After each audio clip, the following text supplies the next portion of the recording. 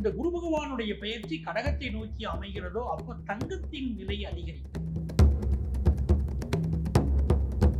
December மாதமும் கடுமையான மழை, இயற்கை சீற்றங்கள் அதிகமாக இருக்கும். இதுதான் முக்கியமா பார்க்கணும். இப்போ இந்த வருஷத்துடைய ஆரம்பத்திலேயே நம்ம பேசும்போது என்ன சொல்லியிருந்தோம், நிறைய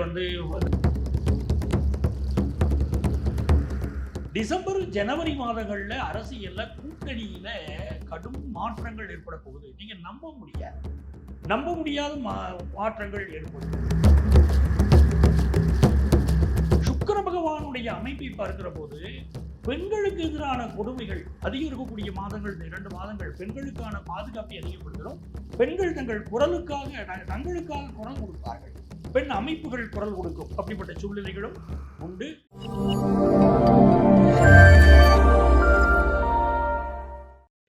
உலகெங்கும் வாழும் ஃபுல்லான் பக்தி நேயர்களுக்கு எனது ஆத்மார்த்த வணக்கங்கள். உங்கள் ஆத்மார்த்த ஜோதிடர் நங்கநல்லூர் டாக்டர் பஞ்சநாதன். 2025ஆம் ஆண்டு நடந்துருக்கு. 2026 ஆரம்பிக்க போறது.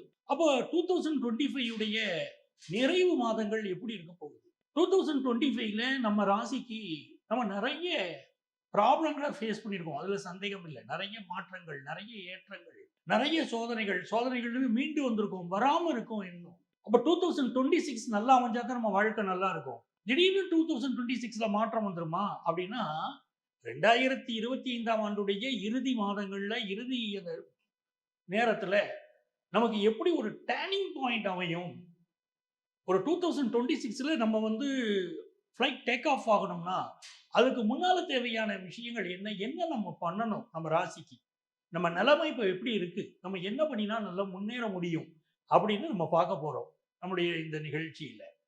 இதுக்கு முக்கியமா நம்ம பார்த்துக்க வேண்டியது கிரகநிலைகள் எப்படி இருக்கு அப்படின்னு பார்க்கலாம்.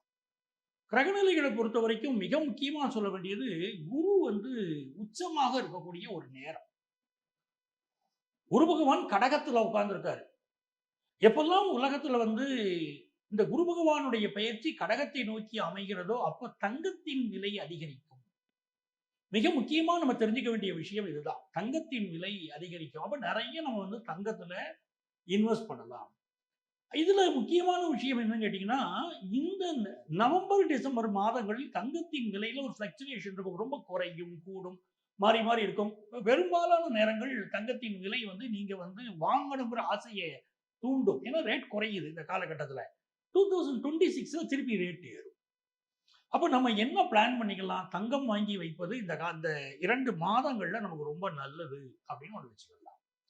இன்னொரு பக்கம் பார்த்தீங்கன்னா, இயற்கை சூழ்நிலைகள் எப்படி இருக்க போகுது அப்படின்னு பார்த்தீங்கன்னா, இந்த நவம்பர் மாதமும் நல்ல மழை இருக்கும். டிசம்பர் மாதமும் கடுமையான மழை, இயற்கை சீற்றங்கள் அதிகமாக இருக்கும். இதுதான் முக்கியமா பார்க்கணும்.